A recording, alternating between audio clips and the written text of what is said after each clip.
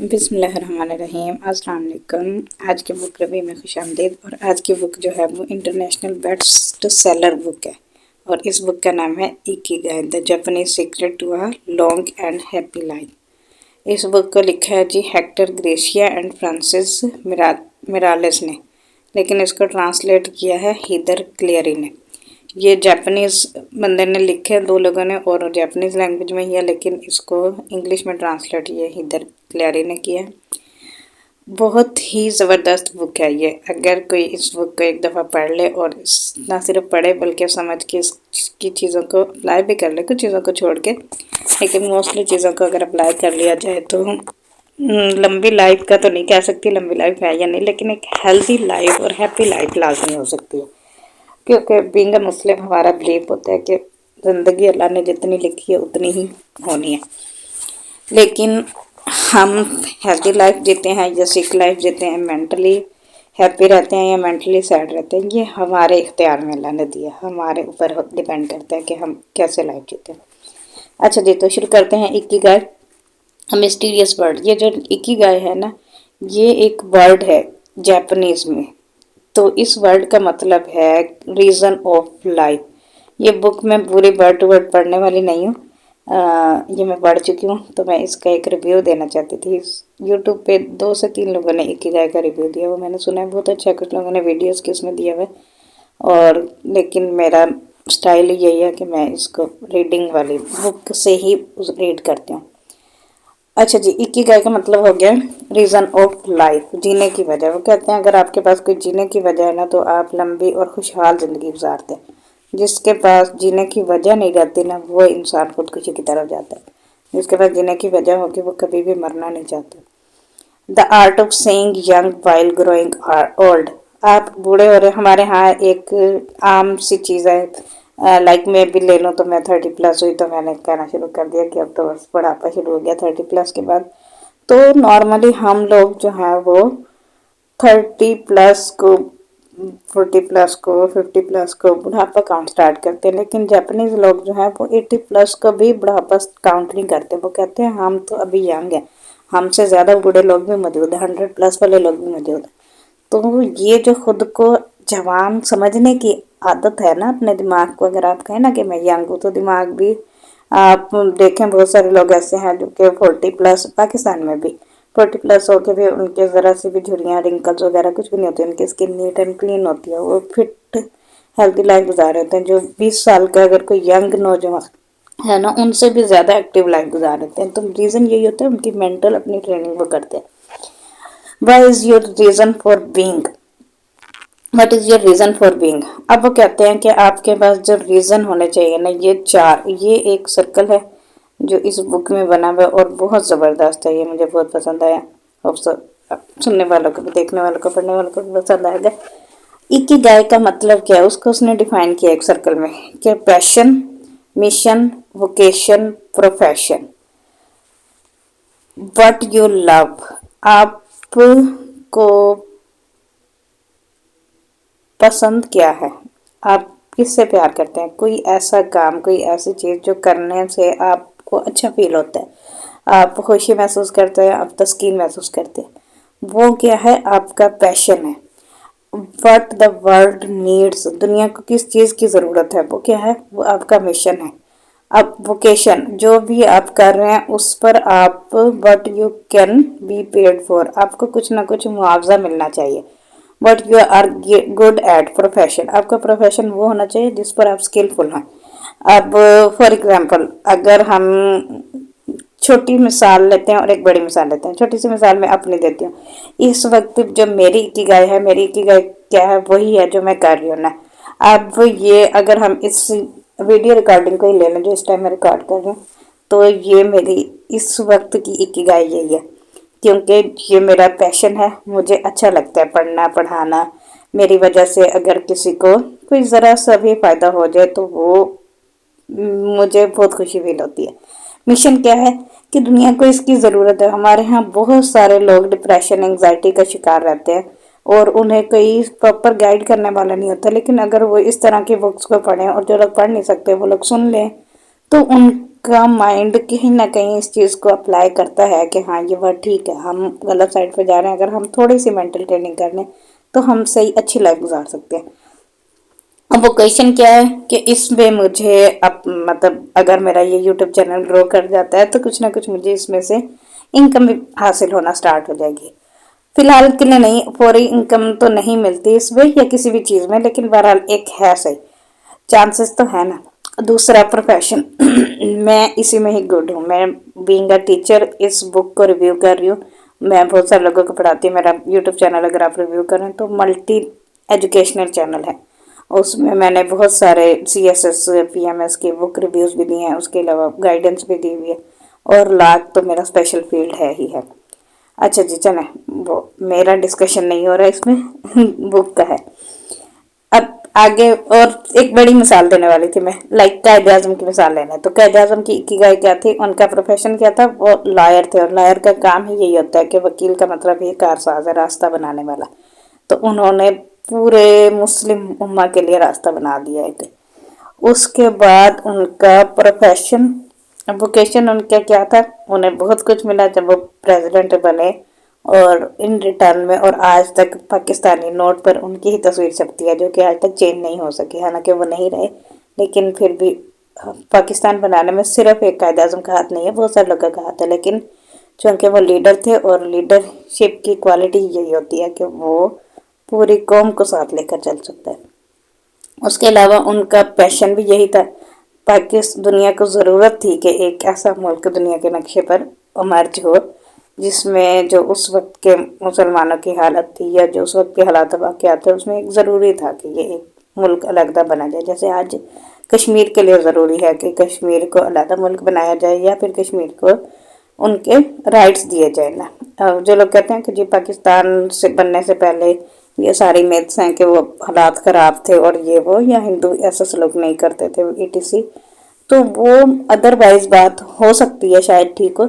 लेकिन आज हम देखते हैं कि जहाँ पर फ़लस्तीन के लिए एक बहुत ज़रूरी है कि फ़लस्तीन को एक अलहदा मुल्क की वो स्टेटस मिलना चाहिए, फ़लस्तीनियों के राइट्स मिलने चाहिए उनको। पूरी दुनिया को उसके लिए आवाज़ उठानी चाहिए इंसानियत के नाते, ना सिर्फ मुस्लिम होने के नाते, इंसानियत के नाते भी।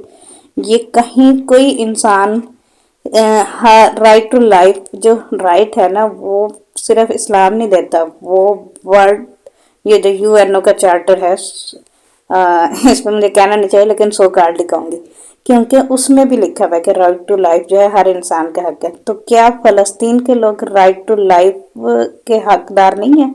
उनको भी तो राइट मिलना चाहिए ना। तो क्यों नहीं कोई उसके खिलाफ बोल रहा, क्यों नहीं कोई उसके खिलाफ आवाज़ उठा रहा? खैर साइड चेंज कर दिया मैंने। What ever you do don't retire. अच्छा ये जो बात में है ना, ये साइड चेंज करने वाली बात नहीं है। ये मैं जो भी मुझे अगर कोई यहाँ तक पहुँचेगा सुनेगा तो वो ज़रूर जहाँ कहीं भी आप जिस भी फोरम पर है ना वहाँ पर ही आप आवाज़ उठाएं। इसके लिए ज़रूरी नहीं है कि आप कहीं जाएं फ़लस्तीन में जाके और वो जंग जैसे पहले होती थी उसमें जाके खड़े हो, शहीद हों, या फिर आप वहाँ जाकर उन पर कोई अटैक करें या आप कोई चीज़ उनको पहुँचा के आएँ तो ही आप उसमें पार्टिसिपेट करेंगे। आपकी पार्टिसिपेशन जहाँ आप हैं वहाँ पर बैठ के भी आप करेंगे तो वो आपकी पार्टिसिपेशन काउंट होगी।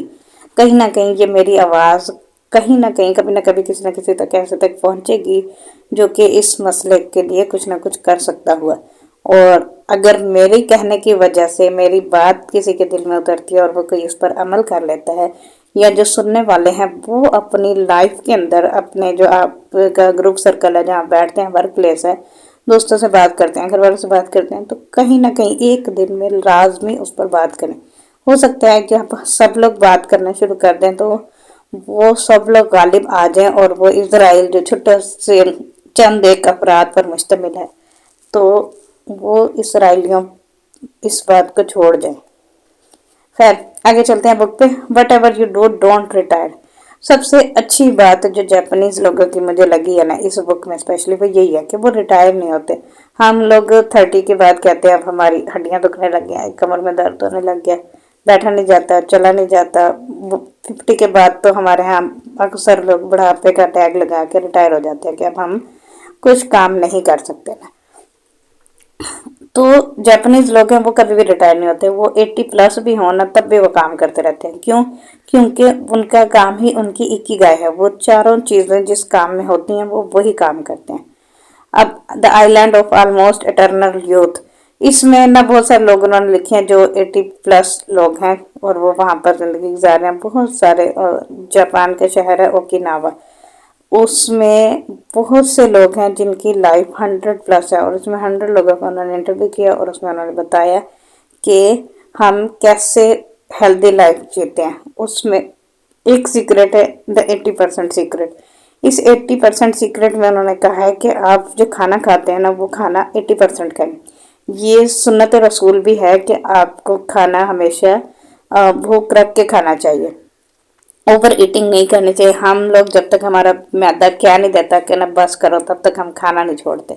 अभी भूख बाकी हो तो आप खाना छोड़ दें, तो फिर उसके बाद आप देखें कि आपका स्टमक कैसे काम करता है। कभी भी आपका स्टमक का इशू नहीं होगा अगर आप जब भी खाना खाते हैं भूख रख के खाना खाते हैं। हम जब डाइटिंग करना स्टार्ट करते हैं तो हम खाना ही खाना छोड़ देते हैं। रात का खाना छोड़ दिया, सुबह का नाश्ता छोड़ दिया, पराठे छोड़ दिए, हमने चावल छोड़ दिए।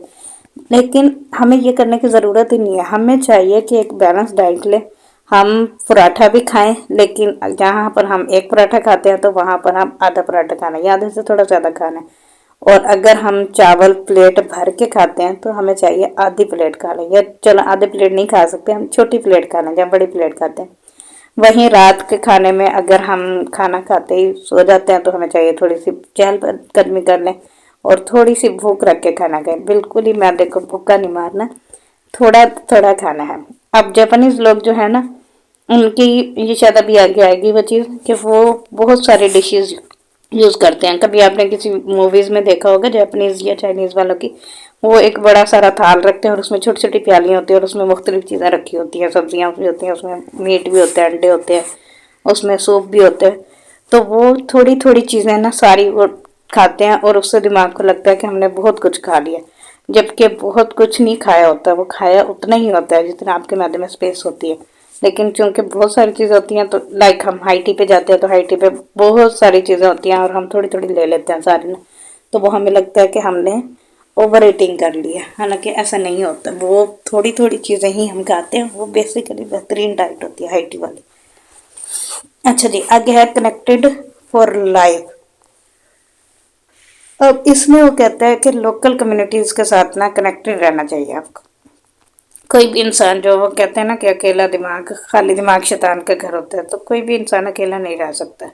उसे दूसरों के साथ कनेक्ट करते रहना चाहिए, दूसरों से बात करनी चाहिए। लाइक मैं अभी ये जो कर रही हूँ ये मेरी आपसे कम्युनिकेशन है, जो भी ये सुन रहे हैं ना, एक दो चार लोग भी सुनेंगे तो भी वो उन दो चार लोगों से मेरी कम्युनिकेशन ही होगी। बहरहाल कम्युनिकेट करते रहना चाहिए। जब तक आप कम्युनिकेशन में रहते हैं ना तब तक आप डिप्रेशन या एंग्जाइटी का शिकार नहीं होते। डिप्रेशन एंग्जाइटी का शिकार सिर्फ वो लोग होते हैं जिनके पास कोई सुनने वाला नहीं होता। अगर आपके पास कोई सुनने वाला नहीं है ना तो आप अल्लाह को सुनाया करें, या जो भी आपका गॉड है ना जिस पर आपका बिलीव है, और वो एट दी एंड वो होता अल्लाह ही है ना, बस नाम लोगों ने मुख्तलिफ रखे हुए हैं। तो आप अपने रब से, अपने क्रिएटर को सुनाया करें कि आपको क्या मसला है। फिर भी अगर आपको तसल्ली नहीं होती ना तो मेरा आपको मशवरा है, आप एक यूट्यूब चैनल बनाएं, जो भी आपका मसला है ना वो आप उस पर डिस्कस कर दे जाके, आपका मसला हल हो जाएगा। आगे है जी, little things that add up to a long and happy life. छोटी छोटी चीज़ें जो हैं वो आपकी लंबी ज़िंदगी में असरअंदाज हो सकती हैं। वो क्या है जी? Active mind, youthful body. अगर आपका माइंड एक्टिव रहता है ना तो आपकी बॉडी हमेशा यंग रहेगी। Stress accused of killing longevity. जो आपका स्ट्रेस है ना, जो आप दिमाग पे छोटी छोटी चीज़ों का स्ट्रेस ले लेते हैं, क्राइसिस आ जाते हैं, तो वो बस दुनिया ख़त्म हो गई, लुट गया, बर्बाद हो गया, ये सब कुछ चल रहा होता है दिमाग में, तो वो लंबी ज़िंदगी को कम करता है। खैर मैं इस बात से अग्री नहीं करती वैसे, लेकिन यह कि हेल्दी लाइफ को डिस्टर्ब कर देते हैं मेंटली और फिजिकली भी। How does stress work? Stress कैसे वर्क करता है कि छोटा सा स्ट्रेस होता है, थोड़ी सी चीज़ का हमने स्ट्रेस लिया। फॉर एग्जांपल एक टास्क है जो हमें ऑन टाइम कंप्लीट करना है लेकिन वो हमने कंप्लीट नहीं किया, तो हम क्या करते हैं? स्ट्रेसफुल हो जाते हैं। वो स्ट्रेस बढ़ता जाता है, वो एंग्जाइटी में, डिप्रेशन में कन्वर्ट हो जाता है और मज़ीद प्रॉब्लम्स क्रिएट करता है। अच्छा जी, आगे है be mindful about reducing stress. आप अपने माइंड की ना ट्रेनिंग करें कि स्ट्रेस को कैसे रिड्यूस करना है। सोचें, अपने माइंड को उस तरफ लेकर जाएंगे। अगर थोड़ा सा भी स्ट्रेस हुआ है ना, वो क्या कहते हैं, nip the evil in the bud. तो स्टार्ट में ही आप उसको कंट्रोल करेंगे, ख़त्म करेंगे तो वो हो जाएगा। A little stress is good for you.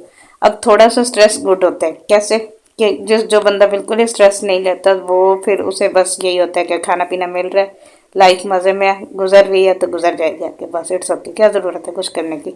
तो थोड़ा सा ये जो थोड़ा सा स्ट्रेस है ना, इसे आम अल्फाज में मैं कहती हूँ गैरत होनी चाहिए बंदे की। जो गैरत लेस बंदा होता है ना, तो वो किसी काम का नहीं होता है। A lot of sitting will age you. बहुत ज़्यादा बैठना जो है ना, वो आपको नुकसान पहुंचा देता है। तो बहुत ज़्यादा बैठने से परहेज करें।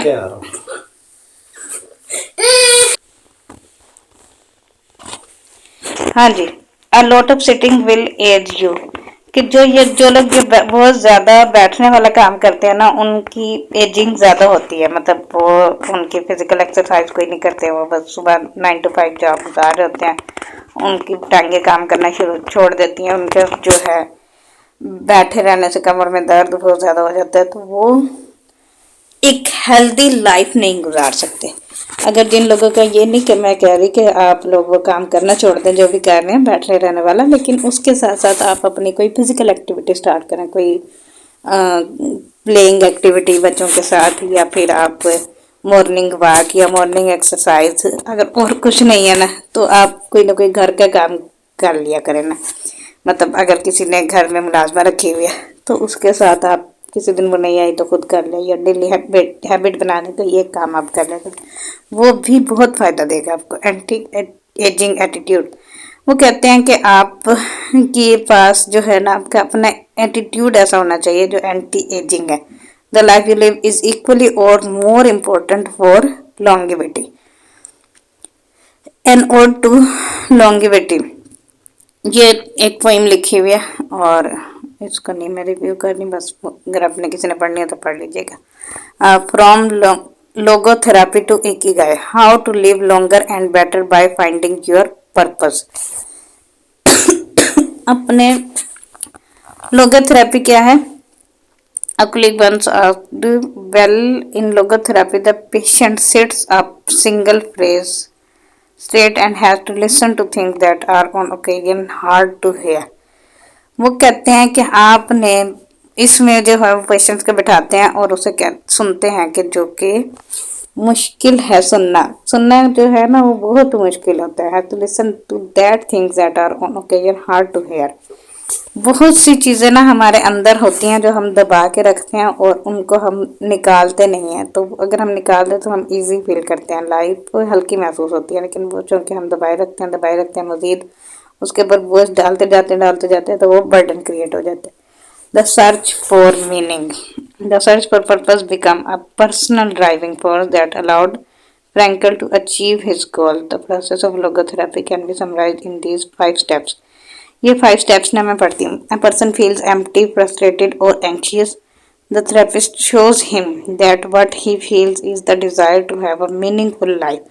मीनिंगफुल लाइफ से मुराद यही है कि कोई पर्पसफुल लाइफ होनी चाहिए आपके पास। बगैर पर्पस के ज़िंदगी गुजारना नहीं है, बल्कि ज़िंदगी जीना नहीं है, ज़िंदगी गुजारना है। Better living through logotherapy, a few key ideas. ये इसमें भी चंद एक आइडियाज़ वही लिखे हैं कि आप बेसिकली इन शॉर्ट इन सबका क्रक्स जो है ना, वो यही है कि आप अपने माइंड से स्ट्रेस को रिड्यूस करें, आप अपने माइंड के अंदर पॉजिटिविटी लेके आएँ, आप अपने माइंड को हेल्दी रखें। आगे उन्होंने कुछ केस स्टडीज़ रखी हुई हैं जिसमें लोगों के मतलब जिन्होंने इस बात को यूज़ किया और उनकी लाइफ बेटर होगी किस तरह से, तो वो लिखे हुए हैं डिफरेंट लोगों के एक्सपीरियंसेस। इसको हम नहीं पढ़ते, हम चलते हैं आगे। And now Ikigai. इकिगाई से मतलब क्या क्या फैक्ट्स आए लोगों के लाइफ में। Find flow in everything you do, how to turn work and free time into spaces for growth.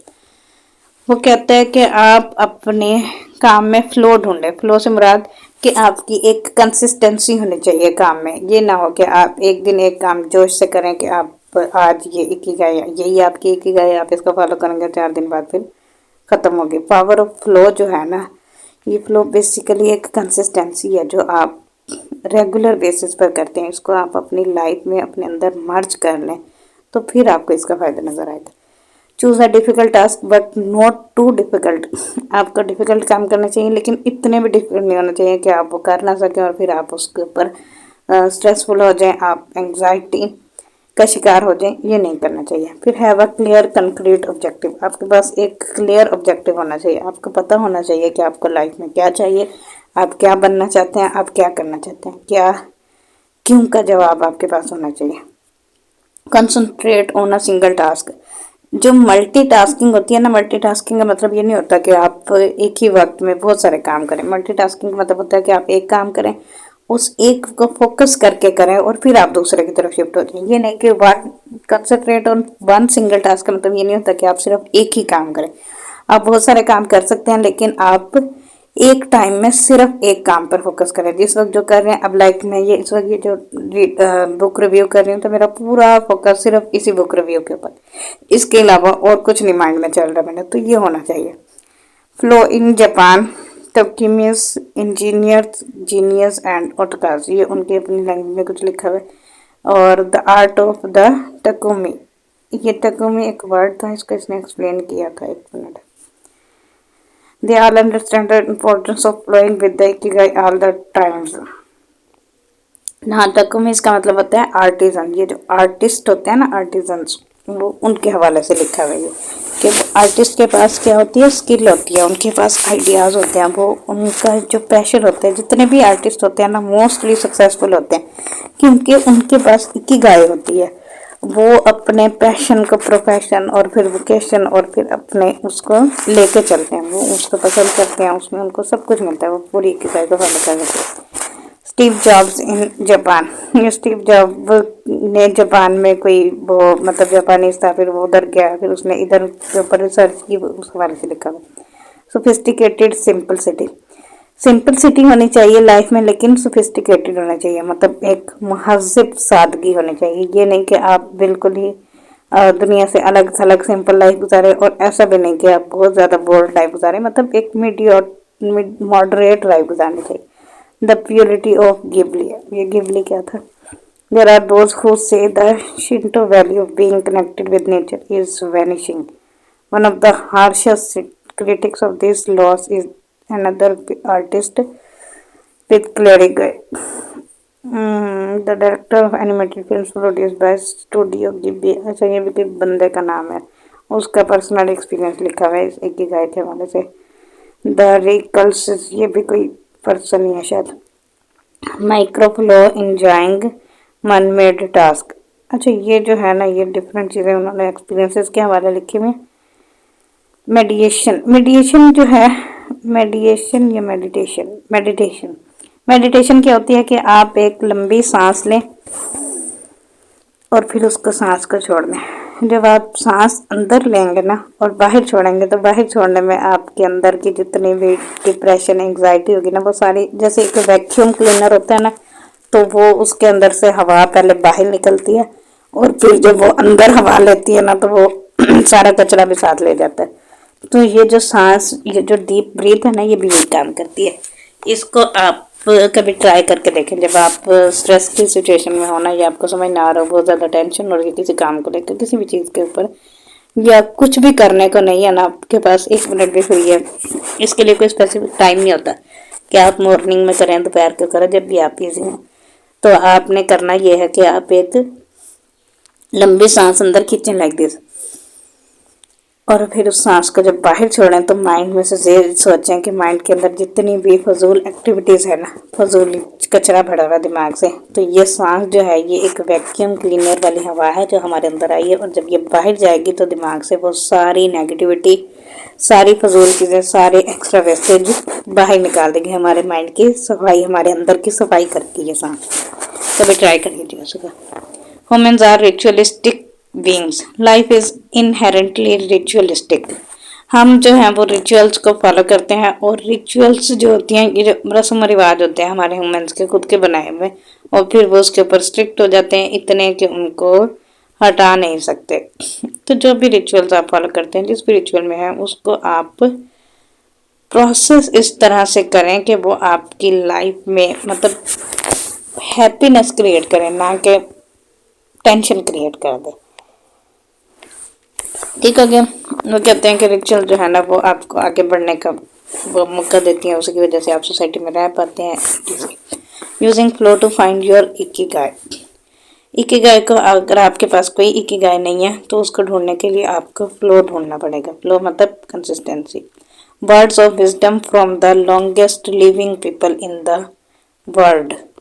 जितने भी ये इसमें उन्होंने वो केस स्टडी किया कि जिसमें बहुत सारे लोगों को उन्होंने देखा कि उनकी लाइफ जो है वो हैप्पी कैसे रही, वो अपने मकसद उन्होंने ढूंढा और उसके ऊपर वो स्टिक रहे। I have never eaten meat in my life. तो इससे क्या होगा, जो भी होगा एवरीथिंग्स फाइन। वो कहते हैं कि हमने कहा कि सब ठीक है तो वो सब ठीक ही रहा है। If you keep your mind and body busy you will be around a long time. अपने माइंड को फ्री ना रखें, बिजी रखें, जितना बिजी रख सकते हैं। I just haven't it died yet. ये जो है कोई लंबी ज़िंदगी वाला बंदा है जिसने कोई नोबेल प्राइज़ भी हासिल किया, तो ये उसके हवाले से इकिगाई आर्टिस्ट, ये सारे उन पर्सन्स के जो उन्होंने इंटरव्यू किया। बेसिकली ये बुक जो है वो इंटरव्यू की गई बुक लिखी हुई है, तो वो हर किसी ने अपनी लाइफ के एक्सपीरियंस बताया। Traditions and proverbs for happiness and longevity. ये जो प्रोवर्ब्स होती हैं ना, जो हम कहते हैं अकवालें ज़री जिसे कहते हैं उर्दू में, तो वो भी लाइफ में बहुत रोल अदा करती हैं। जैसे इलामा इकबाल की पोइट्री है, वो बेसिकली क्या है, वर्डिंग ही है ना, लेकिन वो जब लोग हम पढ़ते हैं तो वो अंदर एक जोश जज्बा पैदा होता है कि वो एक शेर है कि तून दिए बाद मुखालिफ से ना घबराए शाहीन, ये तो चलती है तुझे ऊंचा उड़ाने के लिए। तो बेसिकली इसमें उनके कहने का मकसद क्या था कि ये जो हमारी लाइफ में हर्डल्स आती हैं, परेशानियाँ आती हैं, तो वो हमें मज़ीद ग्रो करने के लिए आती हैं, हमें मज़ीद स्ट्रॉन्ग करने के लिए आती हैं। आगे है जी सेलिब्रेट ईच डे टुगेदर। ये इसमें कम्युनिटी के हवाले से के लोगों के साथ मिलजुल कर रहना चाहिए। जितने अच्छे आप के टर्म्स होंगे, रिलेशनशिप्स होंगे फैमिली के साथ, फ्रेंड्स के साथ, उतनी अच्छी आप लाइफ गुजारेंगे। आगे है जी द इंटरव्यूज हो गया। डोंट वरी, परेशान नहीं होना चाहिए किसी भी चीज़ को लेकर। कल्टिवेट गुड हैबिट्स को अपने अंदर डेवलप करें। उसके बाद है nurture your friendships every day. Get together करें, अपने जितने भी आपके फ्रेंड्स हैं उन सबके साथ आप कनेक्टेड रहें। मतलब किसी किसी अगर आपकी 10 दिन बाद बात होती है तो आप डेली को एक आधा मैसेज कर दिया करें। अगर किसी से आप डेली मिलते हैं और अब नहीं मिल पाते वर्क की वजह से, तो फिर आप हफ्ते में एक दिन का टाइम बना लें, महीने में एक दिन का बनाएं, लेकिन मिलें ज़रूर। कहीं ना कहीं किसी न किसी तरीके से कनेक्टिव रहें। किसी को कोई गिफ्ट दे दिया करें, कोई छोटी छोटी चीज़ से भी बहुत प्यार मोहब्बत बढ़ता है। जब आपकी लाइफ में लव आता है किसी भी तरीके से, तो आपका माइंड हैप्पी फील करता है और वो बहुत अच्छे से वर्क करता है। लिव एन अनहरिड लाइफ, मतलब ये जो जल्दी जल्दी करने वाले काम और बस सब कुछ अभी हो जाए, ये नहीं करना चाहिए आपको। इजी, स्लो डाउन, रिलैक्स रहना चाहिए, कूल एंड काम। ये वो जो कछुआ और खरगोश वाली कहानी है ना, तो आपको खरगोश ही रहना, कछुआ नहीं बनना कि ये किया वो किया ख़त्म होगा। ईजीली लाइफ को एंजॉय करें, हैप्पीली लाइफ गुजारें। Be optimistic. ऑप्टिमिस्टिक में आप उम्मीद पुरउम्मीद रहें, होपफुल रहें, पॉजिटिव रहें, अच्छी अच्छी सोचें, अच्छा अच्छा गुमान रखें। जितना अच्छा सोचेंगे उतनी ही अच्छी आपकी लाइफ हो जाएगी। What the world's longest living people eat and drink. ये उनके डाइट के हवाले से है जी। जापानीज़ लोगों की जो डाइट बहुत अच्छी होती है, वो मैं पहले डिस्कस कर चुकी हूँ कि वो अपनी डाइट के अंदर सारी चीज़ों को रखते हैं। वो वेजिटेबल को भी रखते हैं, वो आपको उसमें मीट को भी रखते हैं, उनके एग्स भी होते हैं, और जो भी चीज़ें उनको पसंद है ना वो सारी चीज़ें खाते हैं, लेकिन थोड़ी थोड़ी खाते हैं। वो 80% खाते हैं। So eat less to live longer. कम खाना जो है वो हेल्दी लाइफ, वो कहते हैं कि लंबी ज़िंदगी गुजारते हैं, लेकिन मैं कहती हूँ कम खाना सेहतमंद ज़िंदगी गुजारते हैं। 15 natural antioxidants found in the Okinawa diet.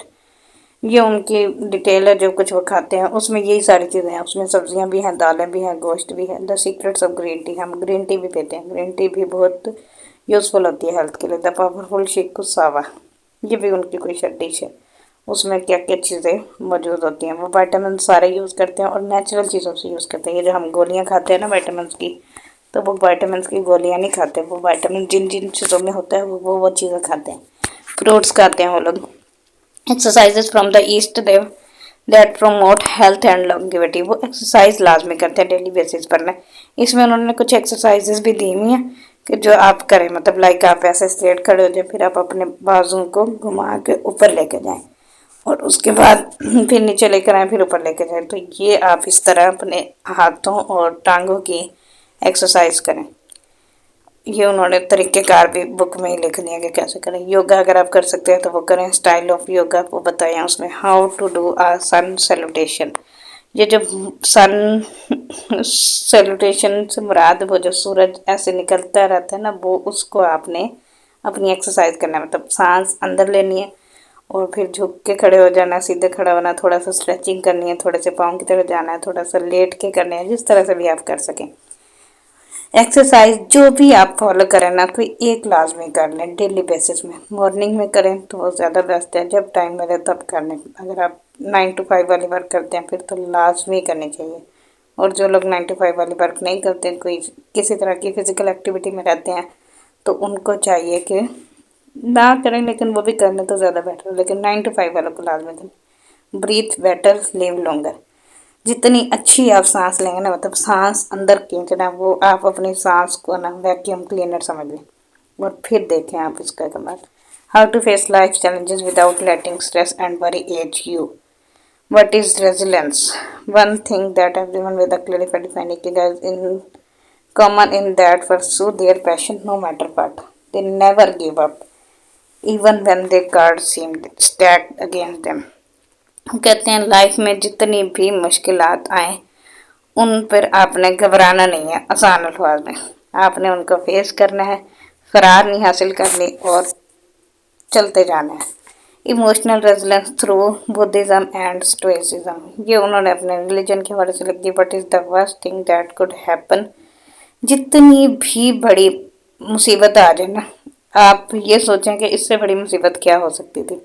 मतलब कहीं मौत तो नहीं आ गई ना। मरने से बड़ा मसला कोई भी नहीं। हम जब आप मर जाते हैं तब सब खत्म होता है। मरने से पहले आपके पास लाइक वो, अगर आप कैंडी क्रश खेलें ना, तो वो एक गेम है, शायद आप में से हर किसी ने खेली होगी। तो वो जब उसमें एक आखिरी मूव भी बचती है ना, तब तक भी गेम खेलने वाला होपफुल रहता है कि मैं जीत जाऊंगा ना, और वो जीत भी जाता है। समटाइम्स एक आखिरी लास्ट मूव होती है और बहुत सारे वो बॉक्सेस हो, जब ब्रिक्स होती है उसमें वो कैंडीज ख़त्म करनी होती हैं, तो वो टास्क कंप्लीट नहीं होता। लेकिन वो एक से भी समटाइम कोई ऐसी चीज़ बोनस मिल जाता है तो वो हो जाता है।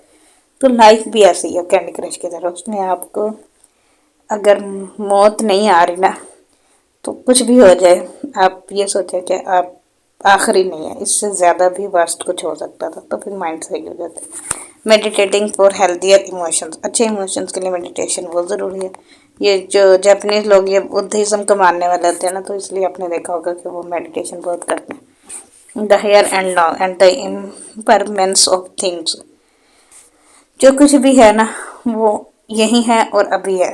नाउ जो है, in addition to living in here and now, मतलब आप अपने आज में जिए। आप अपने पास्ट को छोड़ दे। जो कुछ भी हुआ पास्ट था, गुजर हुआ गया, ख़त्म हो गया। जो फ्यूचर है वो अभी आपने देखा नहीं है, जब आएगा तब पता चलेगा कैसे।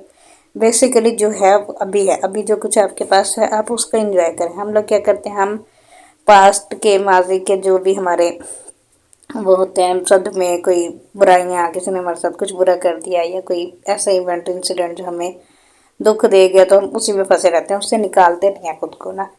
या फिर अगर किसी का कोई पास्ट इवेंट ऐसा नहीं है तो हम फ्यूचर में अड़े रहते हैं। फ्यूचर में क्या करते हैं हम कि वो मुस्तकबिल के बारे में सोचते रहते हैं। फ्यूचर ऐसा भाई, जब फ्यूचर आएगा तब आएगा ना। अभी जो आज है आप उसमें क्यों नहीं देते, आज में जीना शुरू करें। Beyond resilience anti fragility. As the legend go, the first time he discovered the cutting of one of its heads meant that two would grow back in its place. He would never be able to kill the beast if it goes stronger with every wound. अगर आप, इसका मतलब क्या है, आप for example आसान अल्फाज में समझाती हूँ, ये थोड़ी मुश्किल लैंग्वेज लिखी हुई, कि आप अपने दिमाग में कोई टेंशन आई, उस टेंशन के बारे में आप सोच रहे हैं, आप उसको ख़त्म करने की कोशिश करें, लेकिन जितना आप उसे ख़त्म करने की कोशिश करते हैं ना, उतना वो बढ़ती जाती है। तो ये तरीक़ाकार नहीं होता उसको क्योर करने का, कि जब आप किसी चीज़ को कम कर रहे हैं लेकिन वो कम होने के बजाय बढ़ रही है, तो फिर आपको सोचना चाहिए कि आपको किसी और तरीके से उसको यूज़ करना चाहिए। bet conservatively in certain areas and take many small risk in others।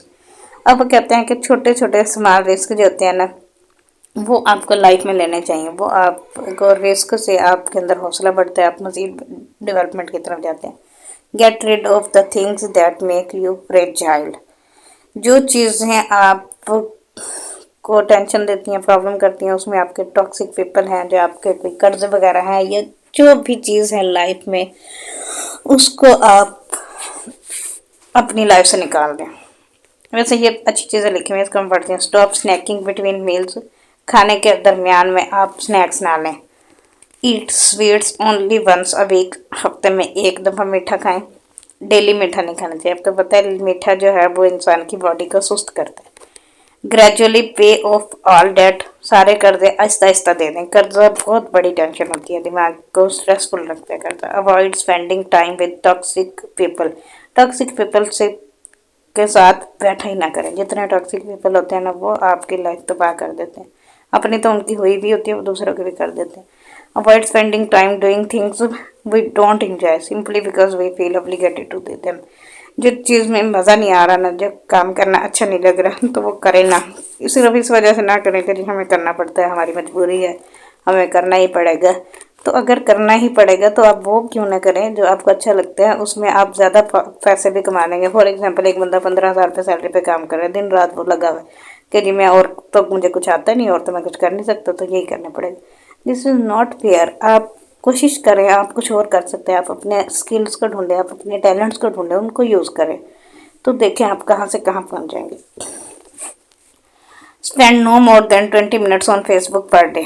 हम फेसबुक ओपन करते हैं और सारा दिन भी गुजर जाए तो पता नहीं चलता, उसमें रील्स आती रहती हैं, देखते जाते हैं, तो ये हमारी ज़िंदगी को खा रहा है। Ikigai the art of living. Ikigai जो है ना, ये बेसिकली आर्ट ऑफ लिविंग है। इसमें भी उन्होंने जापानीज लोगों के बारे में वो लिखा हुआ है। Conclusion, the 10 rules of ikigai. Ikigai के 10 रूल्स हैं। Take it slow. जल्दी कुछ भी नहीं होता है। पहले तो है स्टे एक्टिव डोंट रिटायर। आप एक्टिव रहें, रिटायर नहीं हो। Take it slow. आहिस्ता आहिस्ता से अपनी चीज़ों को चेंज करें, लाइफ में चेंजिंग लेके और पॉजिटिव चेंजिंग लाएं। Don't fill your stomach. 80% खाएं, 100% कभी ना खाएं। Surround yourself with good friends. अच्छे दोस्तों की कंपनी में रहें। Get in shape for your next birthday. आप माइंड में रखें कि आपने अगली बर्थडे पे इन शेप में आना है। अब इन शेप में आने से मतलब ये नहीं होता कि आप स्मार्ट हों, आप हेल्दी भी हों, लेकिन आपकी बॉडी एक शेप में हो, एक जैसी हो। यानी कि वो ऐसा ना हो कि वो पेट बाहर निकला हुआ है, इधर से शोल्डर बहुत ज़्यादा भरे में है, बाजू आपके भरे में है, आपकी वो चेस्ट भरी हुई है, तो ऐसे नहीं होना चाहिए। मतलब बेढंगी बॉडी होनी चाहिए, एक शेप में। अगर आप हेल्दी भी हैं, आपका वजन 80 किलो भी है, लेकिन आप इन शेप में हैं, तो आप अच्छे लगेंगे। Smile. A cheerful attitude is not only relaxing, it also helps make friends. Smile करते रहा करें। आपको कोई भी मसला हो, कोई भी टेंशन है, स्माइल से आपके बहुत सारे मसाइल हल हो जाते हैं। Reconnect with nature. नेचर के साथ कनेक्टेड रहें।